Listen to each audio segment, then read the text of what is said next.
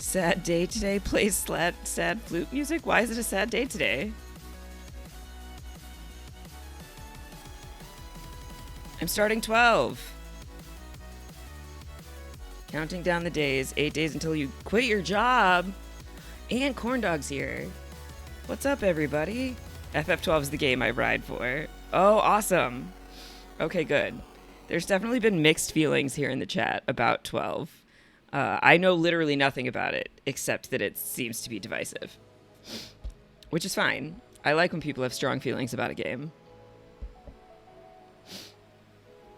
And it's interesting that some people love it and some people hate it, versus I feel like 9 is pretty universally loved, or people don't care, which is weird.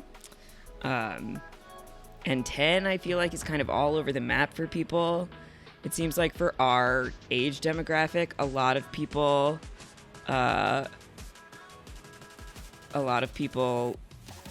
10 was their first Final Fantasy, so they love it. But I think for a lot of us, if it wasn't your first Final Fantasy, you don't love it.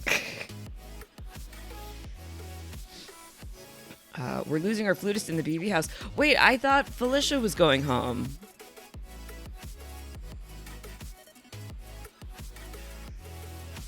I'm not sure Zed knows that. I don't.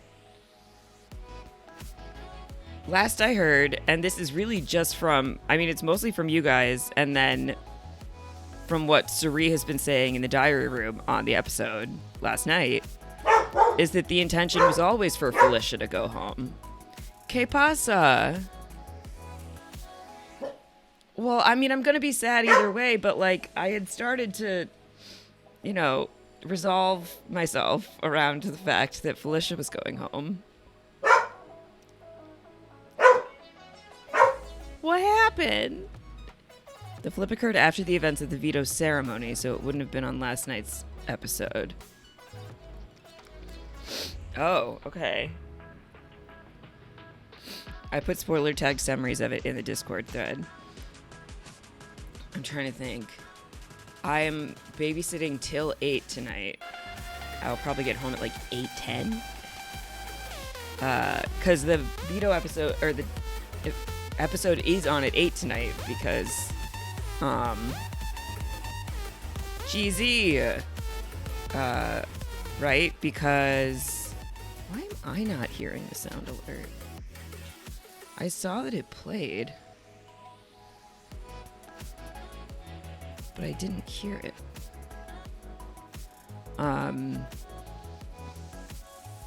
That's weird.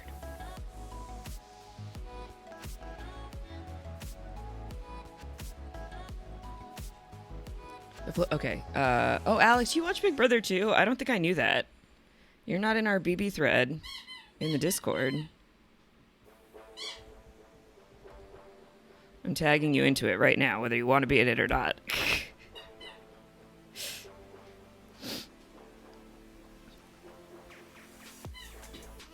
The flip occurred. Okay. Wait. 12 is the first mainline single game to leave the turn-based combat, so it's going to be divisive right there alone. Oh, I see. I'm a BB watcher and daily live feed recap Terran watcher. Somehow I didn't know that. I guess because before this season, it didn't really matter to me if people watched Big Brother, because I didn't, so I wasn't going to talk about it with them. And now here we are. It's a combo of Jared being Jared, Suri not being able to game during the kayak punishment, America, and Izzy's attitude towards America. What does America have to do with any of it? Have I ever told you I shared an OR with Suri? Yes, you have told me, and that is a crazy story. Also, I think about this regularly, that it is wild to me that it feels like Suri has, like, a big important grown-up job that she needs to be there for, and has spent most of the last year, it feels like, doing other shows, like being elsewhere, between Snake in the Grass and The Traitors and now Big Brother. This is like her third reality TV appearance in the last year, and all of these things take a lot of time. America's one of the main people who made the flip happen. My only I don't have a strategic understanding of America. I only know America exists in a showmance with Corey, and they kissed last night, which I guess was a different night, but they're official. I guess I don't really know where her allegiance lies outside of with Corey. But meanwhile, Corey's been like throwing her game under the bus. And I guess she's aligned with Cameron to some extent because they made the deal during the pressure cooker.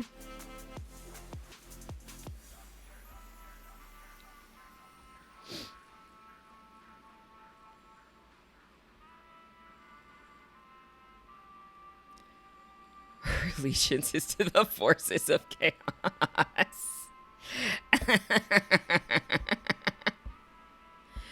She's very much been trying to be a floater. I see. Hey, Alex, since I haven't seen you in a minute, is your Prime sub active? I will ask you while you are here with your little blue crown next to your name. She has Parvati-like gameplay, and it finally got the results she wanted. Oh, that's interesting. I mean, I'll be curious to see how that plays out tonight. I'll miss the first probably 10 minutes of the episode, which is a bummer. Because I feel like all the interesting stuff happens before the actual vote. Like the back half hour of the Thursday night episodes has been kind of bullshit. It's telling me next Prime Day is October 8th. Your next sub day? That's interesting. I mean, I believe you. Community. How do I find out? There is definitely a page where I can see who is subscribed to the channel. I've looked at it before. Whatever, it's not important.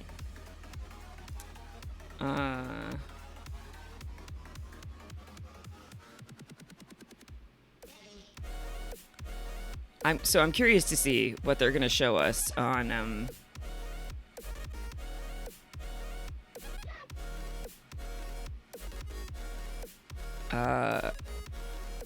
my brain just shut down. I'm curious to see what happens on the episode tonight in terms of this flip, because certainly last night they were going hard on the I'm sending Felicia my bestie in the kayak, Felicia, home. My guess is they don't show us much tonight, and then Sunday during the wall comp they flash back to the flip craziness. Oh, okay.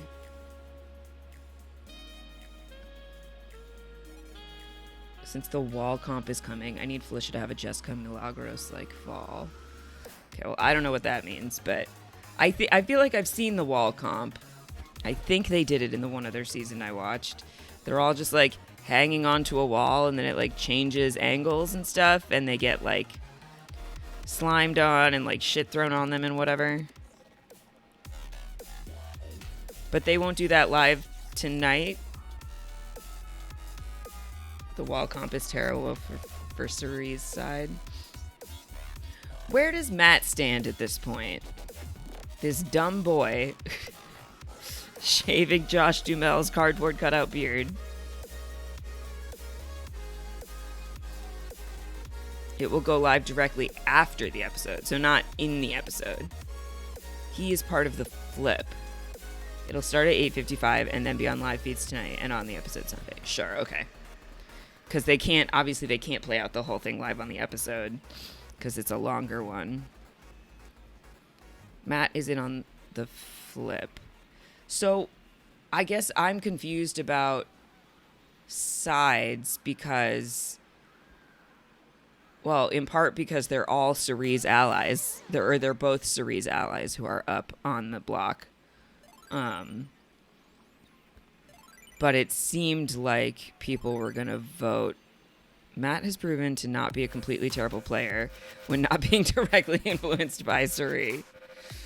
Well, even if he was actually going to get to hang out with the human being Josh Duhamel for a week, choosing that over the veto or over a fucking European vacation is insane.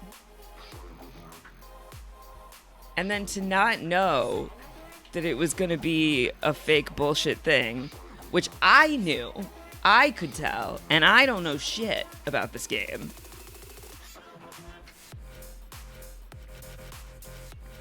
Like, in what world is a celebrity actor just hanging out in the house for a week with you?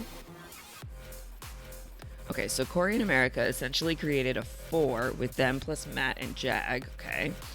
They have added Bowie and Nicole. Oh, yeah, Nicole. To make it a 6. And how many people are in the house now? We did get a brief diary room from Nicole yesterday, but, like, she also is barely on the show.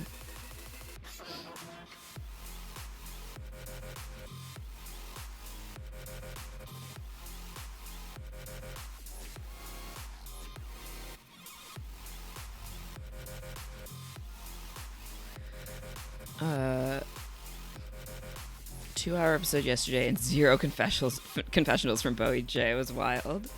I mean, she was barely on the TV screen, let alone giving confessionals. You had to just, like, catch her in the... she wasn't even talking to anybody. She was just in the background, in the backyard, on occasion, while the piggy pals were running back and forth. I'm very sad to see Izzy go. We didn't get nearly enough content from her in the episode. I'm so disappointed. Especially because I feel like Izzy is better for Cerie's game than Felicia is. At this point. Felicia just is like such a liability. Which really stresses me out. She's incredible TV. Jared did a lot of damage in that 48 hours. Of course he did. Am I getting hyped for my actual Wheelhouse 90-minute Amazing Race episodes? Amazing Race and Survivor. Great. Let's watch shows where I know things. I think I'm actually a couple seasons behind on Amazing Race. I think I did not watch the last 1 or 2. I watched the one where they had to stop racing because of the pandemic and then they came back. And then I'm not sure if I've watched any since then. I am not the Amazing Race encyclopedia that Jess Lees is. But I do love Amazing Race. And I am thrilled that I will be home Wednesday nights and can watch Survivor and Amazing Race in real time. Jared has this hate towards Corey, America, and Jag. It finally went over the edge this week, and now they have revolted against the Fields. I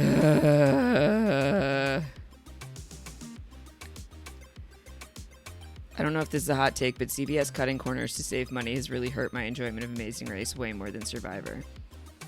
Amazing Race feels cheap in its course design. I think that might be part of it. So I remember watching that the pandemic season, essentially, and it did feel like a lot, and they talked about, I remember them talking about this on the podcast, that a lot of the, like, tasks that they were doing did not feel location specific. They really felt like they could have happened anywhere. Like, there was one where they had to get, like, stuff to feed a horse or something, and they just had to go get, like, 3 random things and put them in a cart, and I was like, this could be anything anywhere. It's a lot less being out in the environment of, like, where you are or doing things that are really specific to the place. And I think you're right, Alex. I mean, I've missed that about Survivor for a long time. Like, one of my favorite things about Survivor used to be the rewards that they would do where they would go, you know, like, give supplies to school kids and spend time in the community of the place that they were. And obviously they don't do that anymore. And especially now that they're in the same place every single time, they don't do it anymore. But, like, Woo playing basketball with the kids was something that I loved. Or when they went to the coolest reward in the history of Survivor was going to the Shaolin Temple. It's not close. But all of those things that were more interactive with the cultures that they were living in, I really loved. And I miss that about Survivor. But I think you're right. It is more apparent on Amazing Race. The way Survivor is trying to save money in a way that most hurts the show to me is the first 5 or 6 communities after the merge being stand on a thing and hold a thing because it's cheap to build and film. Yeah, I suppose. I hadn't even thought about that as a cost saving thing. I just feel like they like those endurance ones, but you're probably right. I love, and they did do a few seasons ago. I can't remember which one it was anymore, but I love when you're at like the final 5 or final 4 and they have like a huge obstacle course where you have to like go to different stations and get your version of the thing and bring them all back to your spot. I think that, again, I think they did that in China, and it's one that sticks out in my mind. What a great season China is. And now it's a lot of smaller things, and it's always Samotion or balance the letters on the wobbly thing, or whatever the third option is. I can't remember. Yeah. Oh, goodness. Who knows? Rob tweeted last night, this 2-hour episode of Big Brother is making me rethink my excitement about 90-minute Survivor and Amazing Race. But I think it's going to be great. Because editing Big Brother for 2 hours is very different from editing a show where you know the end outcome and you're telling a story, and now you just have more room to tell that story. And also, I miss all the like camp life, the most Chicago I've ever sounded. All the camp life segments that we used to get. Or if you watch Australian Survivor with its longer episodes, you get so much more of like the shenanigans of the things the survivors come up with while they're sitting on the beach bored, because they just have so many hours in the day to do nothing. And we'll have more time, I feel like, to get to know the players in a way that often gets lost with the shorter or the regular, shorter, regular hour-long episodes. So I'm excited. I think it's going to be good.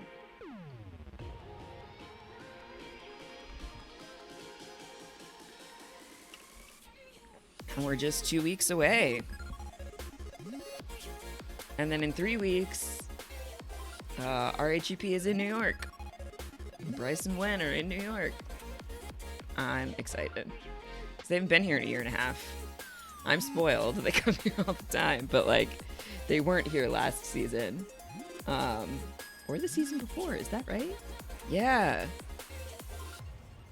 It was spring of 2022 that they were here. So we didn't have an RHAP event here for 43 or 44.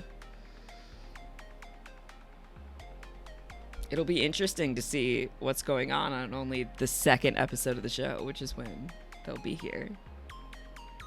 But I look forward to seeing my friends and hanging out with everybody.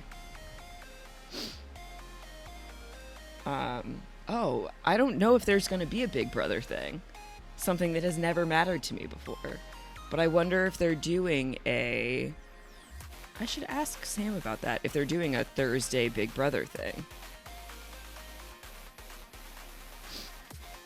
Or a Tuesday Big Brother. It wouldn't be Tuesday, because Tuesday's the Bryce and Wen thing. Anyway, okay. I want to say they're doing a doubleheader in a different city. Yeah, probably. I know they're going back to LA this year, and they're doing New Orleans. I might try to go to New Orleans. It's like at the beginning of December. I still won't be working, it sure feels like. I love New Orleans. We'll see. Although I don't think it would be that late. If you do, I lived there for a year if you need food recs. I went to New Orleans once in 2017, I think it was. I was dating someone at the time who had gone to Tulane. And I just followed them around for 4 days. Had the best time. But I certainly will hit you up for food recs if I do go. I dated Ian Terry. No, definitely not. Other people have gone to Tulane. I was dating Owen, actually. Tulane Owen, which I believe is his Twitter handle. Yeah, I kept it on the down low, but I dated a future survivor.